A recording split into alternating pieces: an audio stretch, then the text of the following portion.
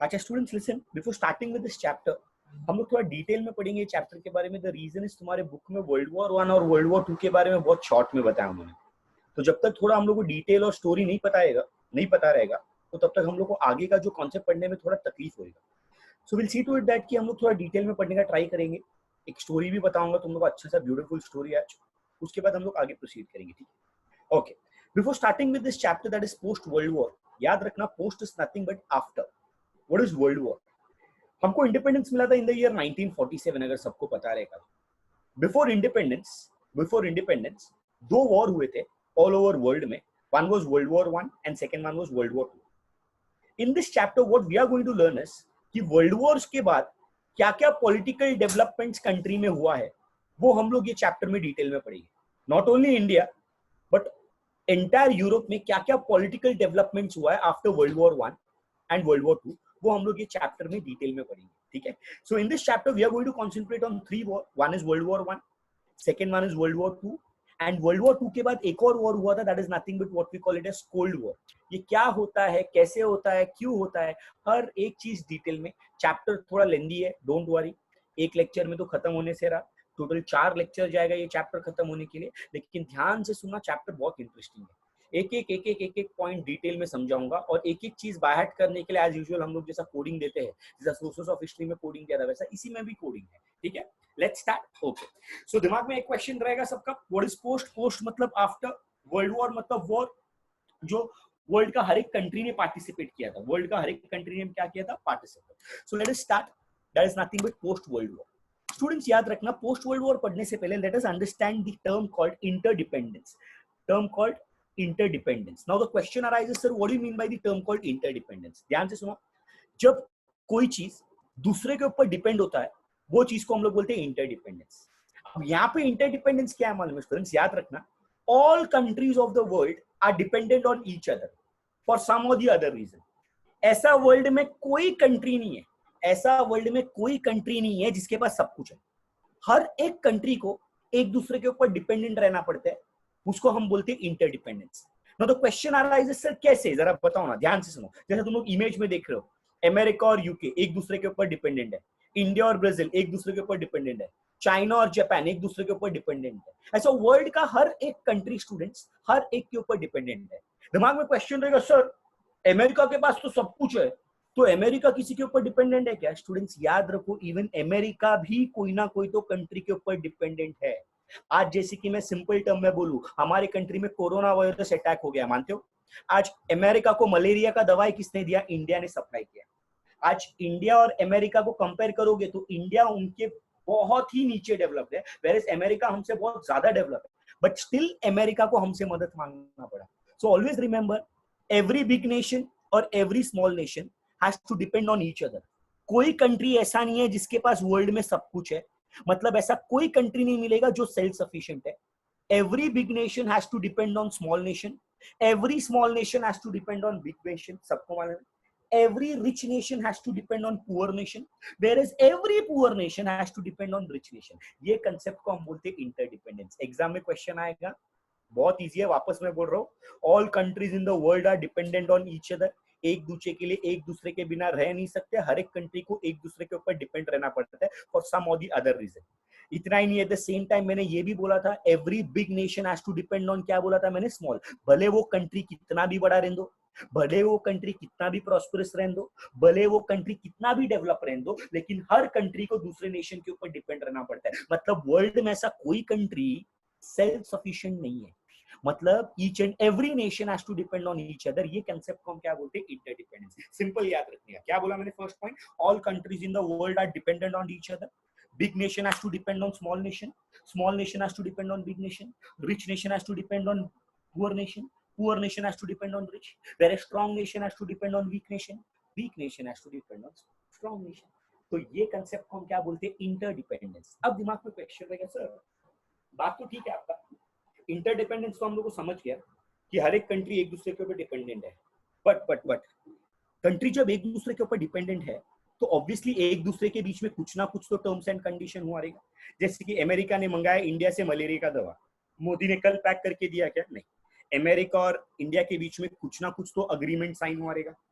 कुछ ना कुछ तो पेपर में लिखा रहेगा, भाई इतना इतना मलेरिया का दवाई हम दे रहे, बदले में इतना इतना हमको पैसा चाहिए।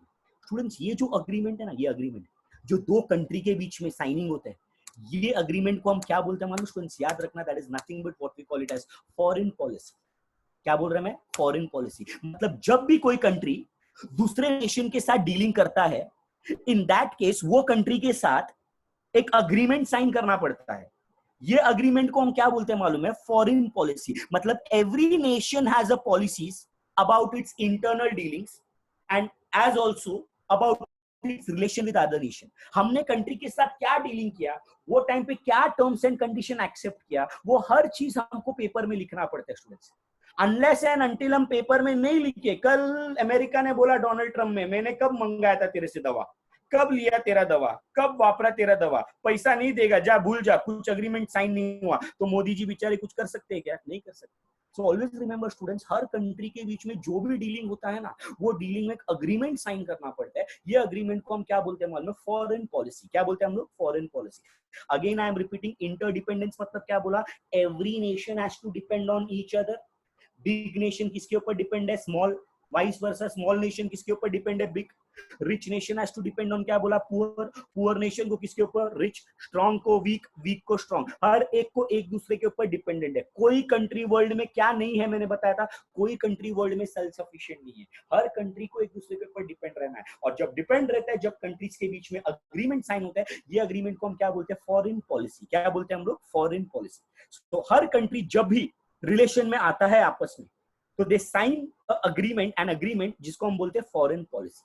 सो in this chapter what we are going to learn is कि वर्ल्ड वॉर 1 के बाद ऐसा क्या अग्रीमेंट हुआ था, क्या फॉरेन पॉलिसीज आए थे, क्या क्या हुआ था कंट्री में, वर्ल्ड ने क्या क्या स्टेप लिया था, वो हम लोग ये चैप्टर में डिटेल में पढ़ेंगे। So will start with first war, that is nothing but what we call it as world war 1। ध्यान से सुनो, जैसे कि मैंने बताया था, we are going to discuss about 3 war, that is world war 1, second is World War II, and third one is, याद रखना, Cold War। स्टूडेंट्स याद रखना, सबसे पहला, when did first World War 1 start? ध्यान से सुनो, ये दोनों वॉर इतना बेकार था स्टूडेंट्स, याद रखना, इसका इफेक्ट पूरा वर्ल्ड को फेस करना पड़ा। सबसे पहला we'll start with first World War। First World War started in the year 1914। याद रखना, it started in the year 1914 and ended in the year 1980। कब स्टार्ट हुआ था? मैंने बोला, वापस मैं बोल रहा हूँ, 1914 को स्टार्ट हुआ था, खत्म कब हुआ था? 1980।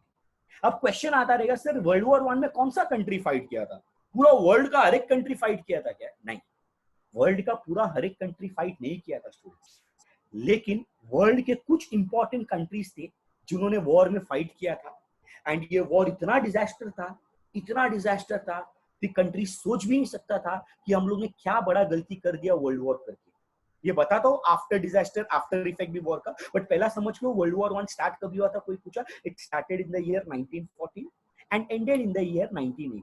Continued for how many years? 4 years. Now the question arises, sir कितना कंट्रीज इन्वॉल्व था वो तो बताओ। ध्यान से सुना, 2 टीम था, एक टीम का नाम था अलाइड पावर्स। क्या बोलोगे? एक टीम का नाम अलाइड पावर्स। अलाइड पावर्स में कुछ प्लेयर्स थे जिसको नाम याद रखोगे, कोडिंग याद रखना, बर्फी। क्या बोलोगे? Barfi. Again I am repeating, क्या बोलोगे? बर्फी। बर्फी का B stands for Britain। B stands for what? Britain। A for America। A for America।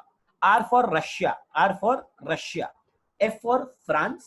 F for France and I for Italy। I for क्या बोलोगे? Italy। Again I am repeating, countries में सबसे पहला country, पहला team जिसका नाम क्या था? Allied powers. अलाइड पावर्स में टोटल 5 कंट्री थे जिसको सिंपल कोडिंग याद रखोगे, बर्फी। क्या बोलेगा? बर्फी। मतलब अलाइड पावर्स में टीम का नाम क्या था? Barfi. B for Britain, A for America, R for Russia, F for France, I for Italy। World war 1 started in the year, क्या बताया था मैंने? 1914। एंडेड इन द ईयर, क्या बताया था? 1918। याद रहेगा। अब अलाइड पावर्स के साथ सर वॉर किसने किया था? याद रखो, अलाइड पावर्स के साथ वॉर किया था central powers. Central powers. Central powers का कोडिंग सिंपल याद रखो, हगो। दिमाग मत लगाओ, सिर्फ याद रखना स्टूडेंट्स, किसके साथ शेयर मत करना, तुम्हारा अंडरस्टैंडिंग के लिए। सेंट्रल पावर्स में क्या बोला था? Hago. H for Hungary. H for क्या बोला? Hungary. A for Austria. A for क्या बताया मैंने? Austria. G for Germany. G for क्या बताया? Germany. O for Ottoman. O for Ottoman, O for क्या बोला, ओटोमन टर्क्स, याद रहेगा। तो सिंपल कोई पूछा वॉर वाज फॉट बिटवीन हुम, तो बोलने का बर्फी वर्सेस हगो, क्या बोलेगा, बर्फी वर्सेस हगो। बी फॉर क्या बताया मैंने, अगेन रिपीट करो ध्यान से, ये एग्जाम में आएगा। B for Britain, A for America, R for Russia, F for France, I for क्या बताया, इटली। सेंट्रल पास का हगो का, एच फॉर क्या बोला, हंगेरी, ए फॉर क्या बोला, Austria, G for Germany, O for क्या बोला, ओटोमन। मतलब war was fought between allied powers versus central powers. Allied powers के प्लेयर्स का नाम क्या है, बर्फी, वेयर सेंट्रल पास के प्लेयर्स का नाम क्या है, हगो, याद रहेगा पक्का। अच्छा, when did world war 1 start, it started in the year 1914 and ended in the year क्या बताया मैंने, 1918। Countries involved in world war 1 याद रहेगा, ये फिलिंग द ब्लैंक्स में पूछेगा। अलाइड पास में प्लेयर्स का नाम क्या था, मैंने बोला बर्फी। अच्छा, सेंट्रल पास में प्लेयर्स का नाम क्या था, हगो। चलो, बर्फी का बी फॉर क्या बताया मैंने, Britain, A for America, R for Russia, F for France, I for Italy. अच्छा, एक कोडिंग तुमको लिख के रखना है, वापस एक बार हम लोग रिवाइज करते हैं जो हमने पढ़ा। इंटरडिपेंडेंस मतलब क्या बताया था, every country, interdependence, every country has to depend on each other, rich nation has to depend on poor, strong nation has to depend on weak. हर एक कंट्री एक दूसरे के ऊपर डिपेंडेंट है, none of the country self sufficient. यही concept को हम बोलते हैं इंटरडिपेंडेंस। जिस दिन एक दूसरे के ऊपर इंटरडिपेंडेंट है, हर कंट्री आपस में एक दूसरे के साथ क्या साइन करते हैं, ट्रीटी, जिसको हम लोग बोलते हैं अग्रीमेंट। अग्रीमेंट का दूसरा नाम क्या बोला, फॉरेन पॉलिसी। क्या बोला मैंने, फॉरेन पॉलिसीज, याद रहेगा। In this chapter we are going to discuss about 3 war. First one is first world war, उसके बाद second world war and third one is क्या बोला मैंने, cold war, याद रहेगा। तो स्टूडेंट्स ये प्लीज एक बार नोट डाउन कर लो, फर्स्ट वर्ल्ड वॉर से लेके ओटोमन तक, फटाफट फटाफट बुक में जल्दी।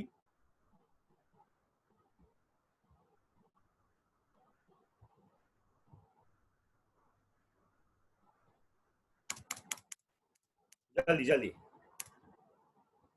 फटाफट बुक्स में नोट डाउन करो कोडिंग्स। कोडिंग अपने पास ही रखना, किसी को देना मत बेटा, खुद तो मार खाओगे, मेरे को भी खिलाओगे।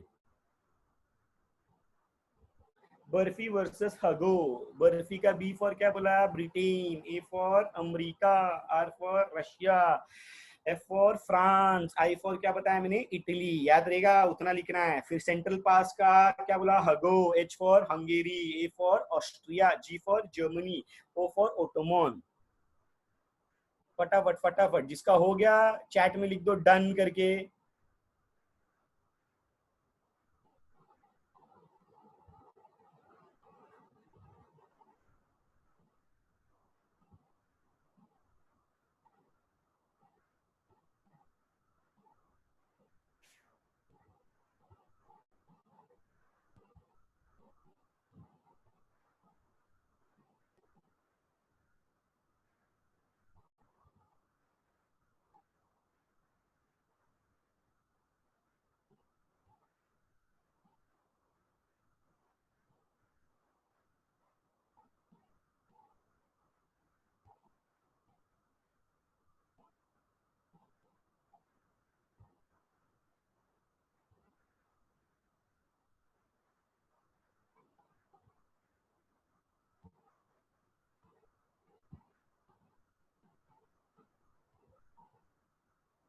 हो गया बेटा सबका लिख के।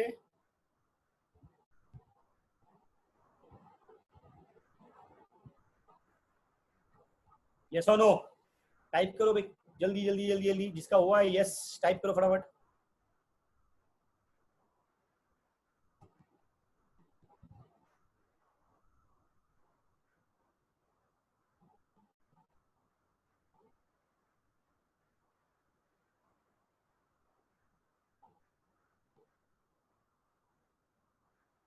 किसी को कुछ डाउट्स है, साइदाम, ज्ञान, बिक्रूज, कुछ डाउट है बेटा, पलक मसानी, कीर्ति गुप्ता, सारंश, क्या डाउट है चैट में लिख दो बेटा फटाफट।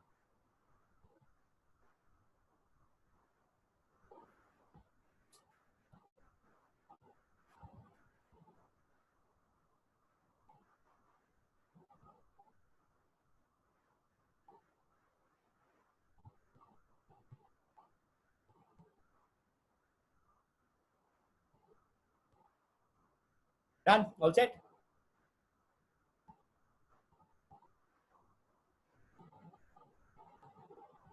चलो, लेट्स प्रोसीड फर्दर, ध्यान से सुनो। इफ यू रिमेंबर, मैंने बताया था world war 1 started in the year 1914, ended in the year, क्या बताया मैंने, 1918। दो टीम था, one was allied pass and second one क्या बताया था मैंने, सेंट्रल पास। अलाइड पास में कुछ प्लेयर्स थे जिसका नाम था बर्फी, सेंट्रल पास में कुछ प्लेयर्स था जिसका नाम था हगो। याद रहेगा सबको ये, ध्यान से सुनो। अब स्टूडेंट्स प्रॉब्लम ये है कि तुम्हारे टेक्स्ट बुक में वॉर के बारे में कुछ नहीं बताया, बट फिर भी हम लोग वॉर के बारे में थोड़ा डिस्कस करते हैं। आफ्टर इफेक्ट वॉर में क्या हुआ था, कैसा हुआ था, क्या मेन रीजन था जिसकी वजह से वॉर हुआ था। ध्यान से सुना, ये वॉर के कुछ फोटोज है जो वर्ल्ड वॉर 1 में हुए थे। ये ट्रेंचेस के फोटोज है जहां पे फ्रेंच सोल्जर्स लोग ने सबसे पहला टेक्निक यूज किया था कि ट्रेंचेस बना के लोग वाटर ट्रेंचेस जमीन को खोद के रखते थे लाइन में, एंड वहां पे सोल्जर्स छुप के बैठते थे। अब इसमें होता क्या था, कोई भी दुश्मन अटैक करने के लिए हमारे फील्ड में आया तो उसको दूर दूर तक दिखता ही नहीं था कि सोल्जर्स छुपे किधर है। एक्चुअली फ्रेंच सोल्जर्स छुप के किधर बैठते थे, जमीन के नीचे खड्डा जहां पे खोद के रखते थे, वो चीज को हम लोग बोलते थे ट्रेंचेस। याद रखना। इनफैक्ट ट्रेंचेस के साथ साथ आप बिलीव नहीं करोगे स्टूडेंट्स, एक टाइम ऐसा था फ्रेंच सोल्जर्स के पास कि फ्रेंच सोल्जर्स को वॉर के टाइम पे खाना खाने के लिए कुछ हुआ नहीं करता था, कुछ होता नहीं था। मालूम है फ्रेंच सोल्जर्स अपना पेट भरने के लिए क्या करते थे, वो लोग वॉर में आगे बढ़ने के लिए they made use of horses. घोड़ा, मालूम है घोड़ा, हॉर्सेस का इस्तेमाल करते थे। एंड ये लोग को जब एक टाइम आया जब खाना खाने के लिए कुछ नहीं मिलता था, ये लोग क्या करते थे मालूम स्टूडेंट्स, हॉर्स को काट काट के हॉर्स फ्लेश खाते थे। इमेजिन करो, इतना बेकार कंडीशन था इनका वर्ल्ड वॉर 1 में। याद रखना। एंड इतना ही नहीं, अब क्वेश्चन आएगा दिमाग में, सर क्या रीजन था वॉर होने का। ध्यान से सुनो सुनो, मैं बताता हूँ एक story. Students, main reason of war क्या था मालूम है, असैसिनेशन ऑफ फ्रांसिस फर्डिनेंड। तो क्वेश्चन अराइजेस, सर ये कौन है फ्रांस फर्डिनेंड। ध्यान से सुनना, आर्कड्यूक फ्रांस फर्डिनेंड इसका जो रियल नेम है। He was a crown Prince of Austria. ये किधर का क्राउन प्रिंस था मालूम है, ऑस्ट्रिया का क्राउन प्रिंस था। अब जब ये ऑस्ट्रिया का क्राउन प्रिंस था, अभी वॉर स्टार्ट क्यों हुआ इसके पीछे मैं रीजन बताता हूँ। अगर याद रहेगा तो सेंट्रल पावर में टीम था ऑस्ट्रिया।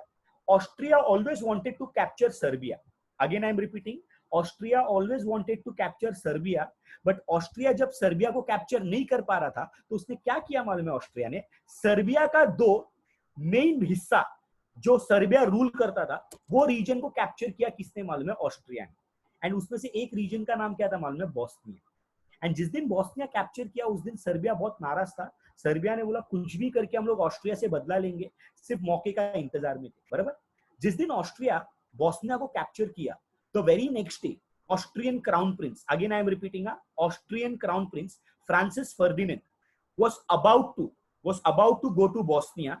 एंड बॉस्निया में जाके वो लोगों को ऐलान करने वाला था कि I am the next crown Prince of Bosnia. बराबर।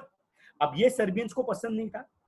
यही बॉस्निया में कुछ 200 सर्बियन नेशनलिस्ट रहते थे, जिसमें से 4 जन ने प्लान बनाया था कि आर्कड्यूक फ्रांस फर्डिनेंड आएगा जरूर लेकिन वापस नहीं जाएगा, आएगा जरूर लेकिन वापस नहीं जाएगा। लेकिन ये आर्कड्यूक फ्रांसिस फर्डिनेंड को पता नहीं था कि उसके ऊपर अटैक होने वाला है बॉस्निया में।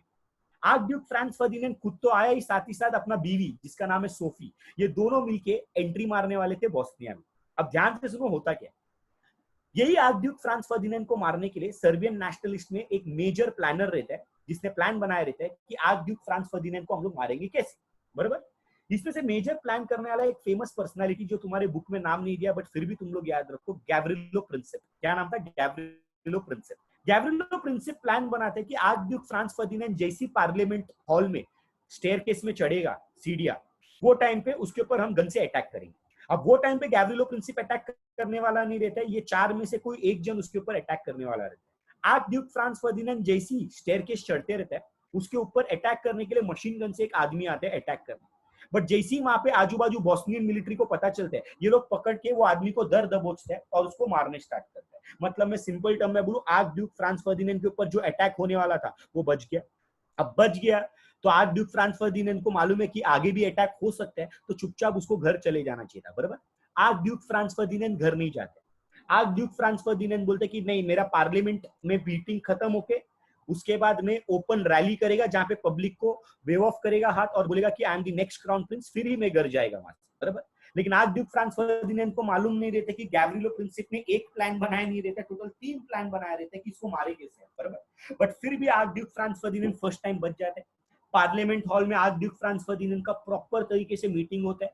काउंसिलर्स लोग को वगैरह बोलते हैं कि अभी 1 महीने के बाद से मैं आऊंगा क्राउन प्रिंस, मैं संभालूंगा पूरा बॉस्निया को वगैरह वगैरह। पब्लिक भी सब खुश होता है। और जैसे ही वहां से निकलने वाला रहता है, द वेरी नेक्स्ट टाइम उसका रैली निकलने वाला रहता है रोड में, सेइंग दैट हाथ पब्लिक को, जैसा मालूम है मंत्री लोग रैली निकालते ट्रक्स में बैठ के और पब्लिक को थैंक्स बोलते हैं कि हम लोग को तुमने चुन के लेके आया, वैसा इसका भी कुछ रैली वैसे ही निकलने वाला रहता है, बट इसका रैली ओपन जीप में निकलने वाला रहता है। किसमें निकलने वाला रहता है? Open jeep. अब जब ओपन जीप में रैली निकलते हैं स्टूडेंट्स, गाड़ी का स्पीड रहता है कुछ 5 किलोमीटर पर आवर का स्पीड रहेगा, एकदम आराम से गाड़ी जाते रहता है। ओपन जिप्सी में आर्क ड्यूक फ्रांस फर्डिनेंड और उसका वाइफ खड़े रहता है सीट के ऊपर एंड पब्लिक को हाथ वेव ऑफ करते रहते हैं, थैंक्स बोलता रहता है कि नेक्स्ट क्राउन प्रिंस हम है। पब्लिक भी जोर जोर से चीयर करते हैं, लेकिन यही भीड़ में गैब्रिलो प्रिंसिप खड़ा रहता है ग्रेनेड लेके, और उसके दिमाग में ये रहता है कि जैसी आर्क ड्यूक फ्रांस फर्डिनेंड का कार नजदीक आएगा, मैं बॉम्ब फेंकेगा, और जैसी बॉम्ब फेंकेगा ये कार को ब्लास्ट कर देगा। करीबन करीब 3 बजे के आसपास दोपहर का गाड़ी धीरे धीरे धीरे धीरे धीरे 2 या 3 के स्पीड में चलते रहता है। जैसी गाड़ी धीरे धीरे धीरे धीरे चलते रहते हैं स्टूडेंट्स, गैब्रिलो प्रिंसिप दूर से ग्रेनेड फेंकता है।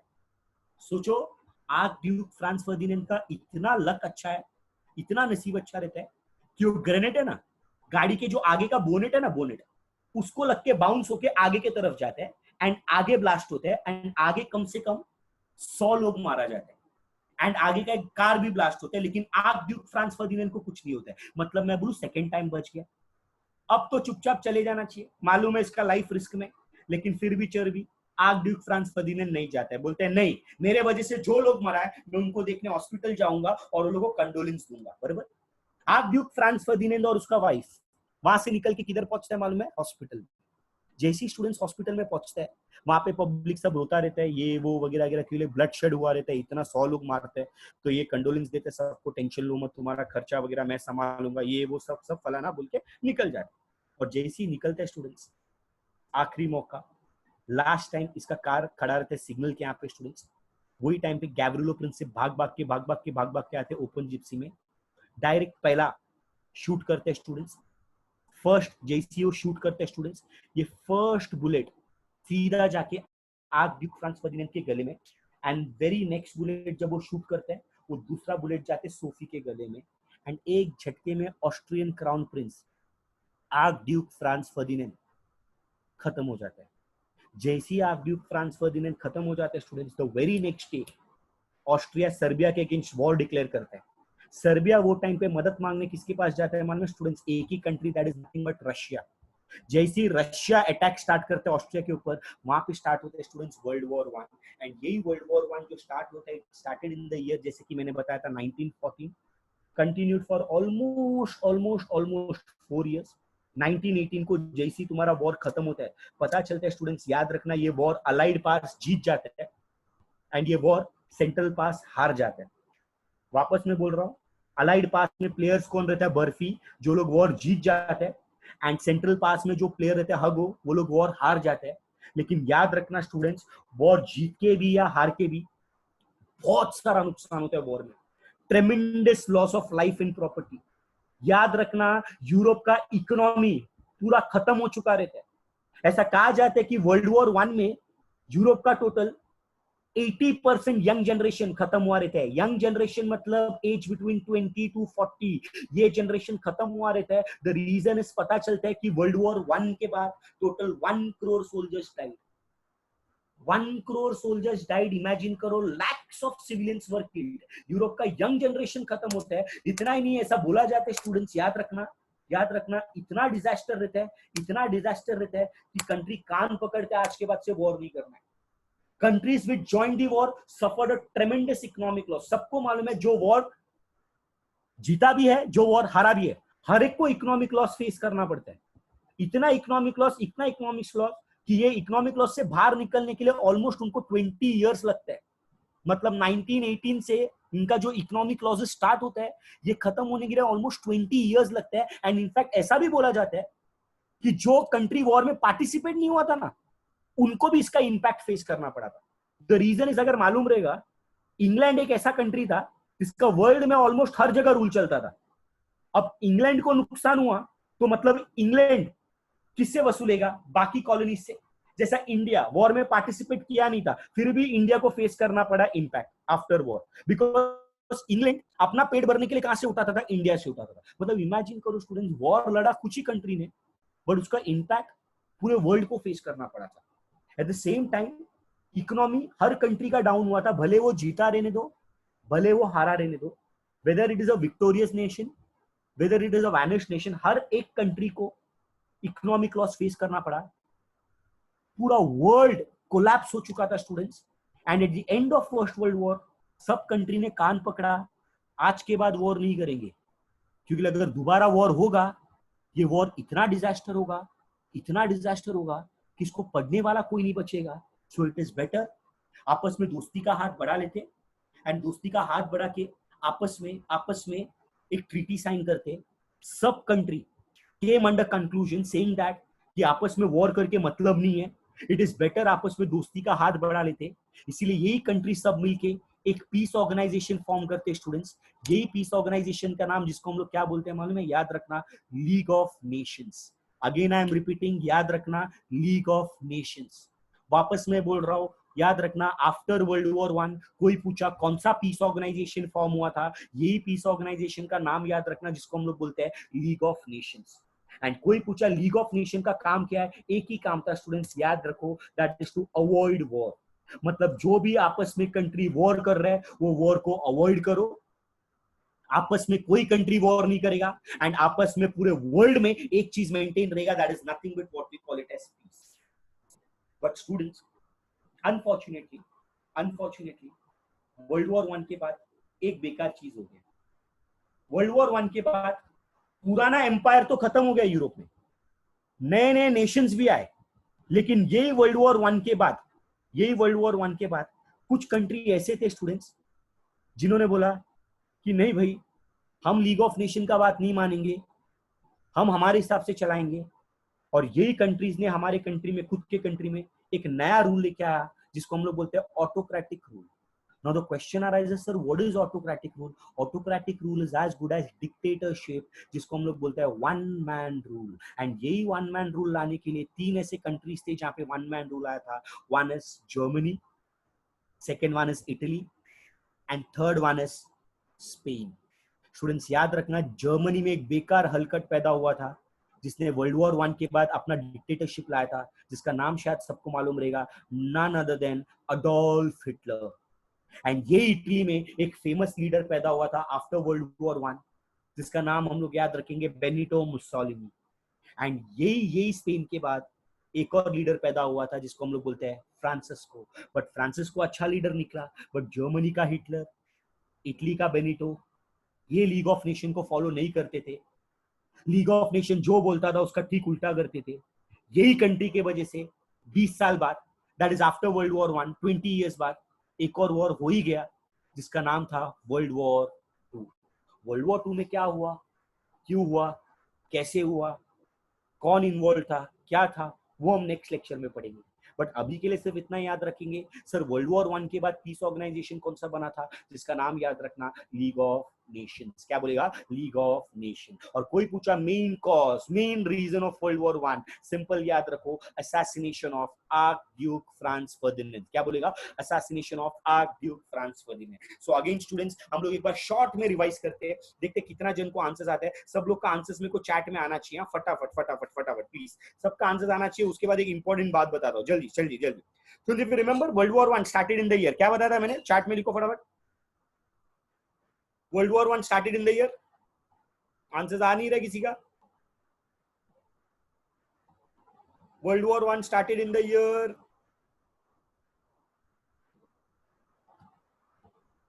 Shashikant sir, hello, yes. क्या बताया था students? World war one started in the year 1914, ended in the year क्या बताया था हम लोग ने? 1918। अच्छा स्टूडेंट्स, इफ यू रिमेंबर, मैंने तुम लोग को एक और चीज बताया था, वर्ल्ड वॉर वन के बाद एक पीस ऑर्गेनाइजेशन बनाया गया था, जिसका नाम क्या था? मैंने बताया था league of nation. Students, if you remember, world war one में दो टीम के बारे में बताया था। एक टीम का नाम था अलाइड नेशंस, और दूसरी टीम का नाम क्या बताया था मैंने? सेंट्रल पास। एक का नाम क्या बताया था? अलाइड पास, एंड दूसरे का नाम क्या बताया था? Central powers. अलाइड प्लेस में प्लेयर्स का नाम क्या था? मैंने बताया था बर्फी। क्या बताया था मैंने? बर्फी। वहां पे सेंट्रल में प्लेयर्स का नाम क्या बताया था? हगो। क्या बताया था? हगो। याद रहेगा पक्का? अच्छा, बर्फी का बी फॉर क्या बताया था मैंने स्टूडेंट्स? अगर याद रहेगा तो ब्रिटेन। ए फॉर क्या बताया था? अमेरिका। आर फॉर क्या बताया था, रशिया, एफ फॉर क्या बताया था, फ्रांस, एंड आई फॉर क्या बताया था हमने, इटली। याद रहेगा पक्का। यहाँ पे हगो का एच फॉर क्या बताया था स्टूडेंट्स, हंगेरी, ए फॉर क्या बताया था, Austria, G for Germany, O for Ottoman. याद रहेगा स्टूडेंट्स पक्का, 101%। यहाँ तक कुछ डाउट नहीं। चलो स्टूडेंट्स एक लास्ट लिख लो ना, आफ्टर वर्ल्ड वॉर वन, वहां पे लिखो फटाफट फटाफट, मैं जो बोलता हूँ लिखने स्टार्ट करो please. After world war one, सबसे पहला loss of life in property, जल्दी। आफ्टर वर्ल्ड वॉर वन,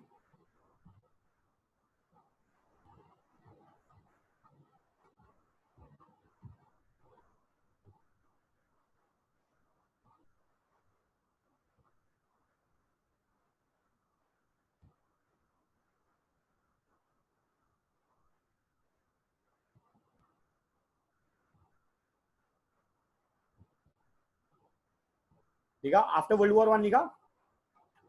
हाँ अच्छा, चैट आया अभी, इधर चैट क्यों डिस्प्ले नहीं हो रहा बेटा। अच्छा 1914 टू 1918, हाय हाँ अभी चैट आ रहा है। चलो बताओ मेरे को दो टीम बताओ ना स्टूडेंट्स, कौन सा दो टीम था वर्ल्ड वॉर वन में, कौन से दो टीम थे। One is allied and second one is, अच्छा chat box was disabled, sorry sorry sorry sorry sorry, ठीक है। One is central and second one is क्या बताया था, अलाइड पास। क्या बात है, क्या बात है। चलो स्टूडेंट अलाइड पास में प्लेस का नाम क्या था जरा बताओ, अलाइड पास में प्लेस का नाम, barfi barfi barfi. B stand for क्या बताया था, B for B for B for B for, अरे वाह, बी फॉर क्या बताया था, Britain. A for A for A for A for America America, अच्छा अच्छा अच्छा अच्छा। R for R for R for Russia Russia Russia. F for क्या था students, France France France. I for क्या था, इटली इटली। क्या बात, अच्छा हगो का एच फॉर क्या था, एच फॉर, कोडिंग अपने पास है, मार मत खिलाओ। अरे वाह, एक ने तो पूरा लिख दिया, हंगेरी। ए फॉर क्या था, ऑस्ट्रिया, ब्यूटीफुल। अच्छा जी फॉर क्या था, जर्मनी। ओ फॉर क्या था, ओटोमन। क्या था, ओटोमन। याद रहेगा पक्का, 101%। अच्छा उसके बाद आफ्टर वॉर मैंने क्या बोला था, tremendous loss of life and property लिखा। नेक्स्ट पॉइंट लिखो बेटा, वहां पे लिखो peace organisation was formed. Peace organisation का नाम क्या था स्टूडेंट्स, क्या बताया था मैंने, वर्ल्ड वॉर वन के बाद जो पीस ऑर्गेनाइजेशन बनाया था उसका नाम क्या था, लिखो league of nations, beautiful.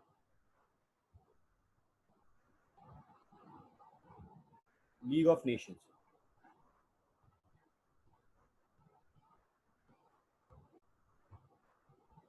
Done, all set.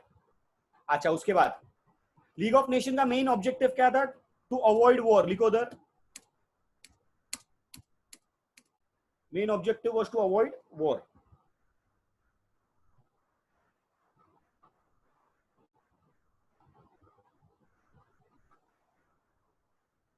लिखा।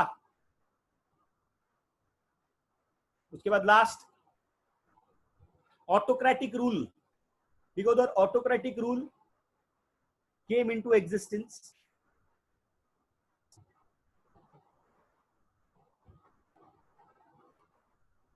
नंबर वन जर्मनी, कंट्रीज का नाम लिखो, Germany.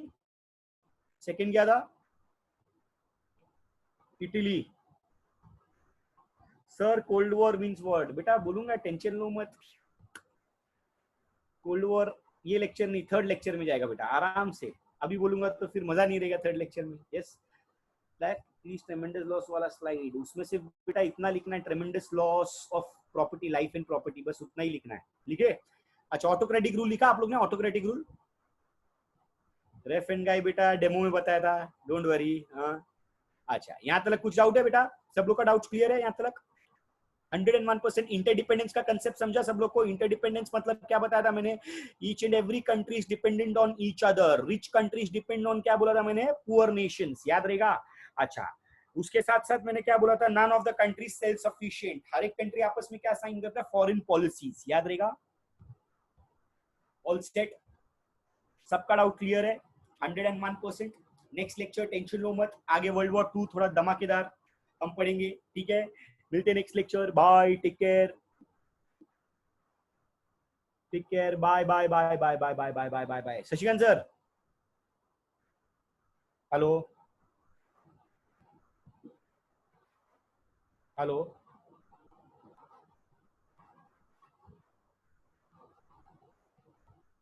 Shashikant sir.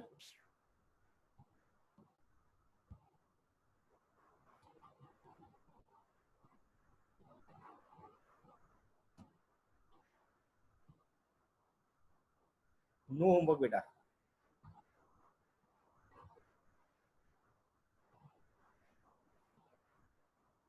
Shashikant sir